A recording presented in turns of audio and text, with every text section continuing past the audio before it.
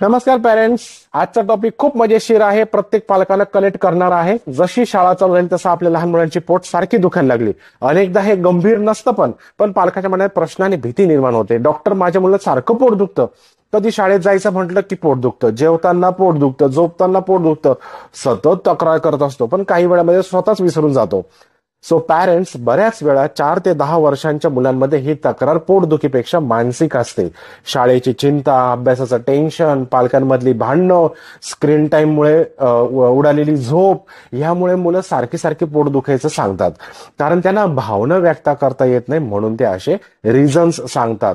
दुसरं कारण काय आहे तर जंत झाली, गॅस झाला, अपचन आहे, कॉन्स्टिपेशन आहे, या गोष्टींमुळे सुद्धा अधूनमधून पोट दुखू शकतं.